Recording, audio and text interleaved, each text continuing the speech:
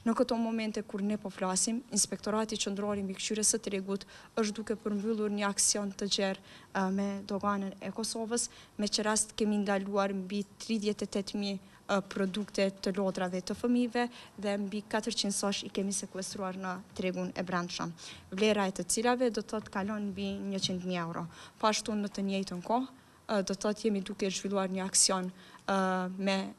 zyrtarët nga Autoriteti i Konkurrencës dhe Administratën Tatimore të Kosovës, me qëllim do të mbikëqyrjen e zbatimit të vendimit të ministrës në këtë rast sa i përket respektimit për marshën tregtare të caktuar për produktet e derivateve të naftës. Përmes aktiviteteve të rregullta, inspektuese, kontrolleve të produkteve, drejtoria dhe i përmendi që Departamenti për Mbrojtjen e Konsumatorit vetëm gjatë vitit që sapo lan pas ka pranuar 3.200 ankesa të konsumatorëve, ku 1.493 prej tyre janë adresuar në Inspektoratin Qendror të Mbikëqyrjes së Tregut, të gjitha të adresuara dhe shqyrtuara në përputhje me gjitha afatet ligjore